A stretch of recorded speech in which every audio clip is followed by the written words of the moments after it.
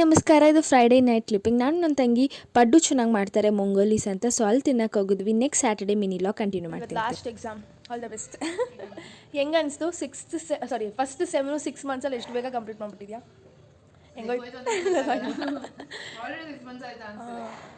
So ಇನ್ನೊಂದು 6 months complete ಮಾಡಿಬಿಟ್ರೆ 1 year of MBA completed. All the best. ತಂಗಿದು first sem exam complete ಆಯಿತು. So ಟಿಫಿನ್ಗೆ ಅಂತ ಮೊಸರನ್ನ ಮಾಡಿದೆ, ತಿಂದ್ಬಿಟ್ಟು ಆಫೀಸಿಗೆ ಹೊರಟೆ. ಆ್ಯಸ್ ಯೂಶುವಲ್ 5:15ಗೆ ಲಾಗೌಟ್ ಮಾಡಿ ಬರ್ತಾ ಚೂರು ಪೆಟ್ರೋಲ್ ಹಾಕ್ಸ್ಕೊಂಡು ಮನೆಗೆ ಬಂದೆ.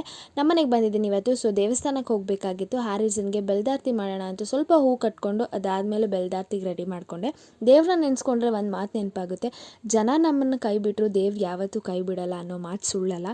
ಇದು ನನ್ನ ಲೈಫಲ್ಲಿ ನಿಜವಾಗ್ಲೂ ಎಕ್ಸ್ಪೀರಿಯನ್ಸ್ ಆಗಿದೆ. Trust me, believe in god ಅಷ್ಟೇ. ದರ್ಶನ ಮಾಡಿಕೊಂಡು ಮನೆಗೆ ಬಂದು ಪ್ರಸಾದ ತಿಂದೆ. ಪಲಾವ್ ಕೊಟ್ಟಿದ್ದು ದೇವಸ್ಥಾನದಲ್ಲಿ. ಅದೇನು ದೇವಸ್ಥಾನದ ಪ್ರಸಾದನೇ ಡಿಫ್ರೆಂಟ್ ಟೇಸ್ಟ್. ರೊಟ್ಟಿ ಊಟ ಮಾಡಿ ಮಲಗಿದೆ. ಇಷ್ಟ ಆಗುತ್ತೆ ವಿತಿನ್ ಎ ಮಿನಿ ಲಾಗ್.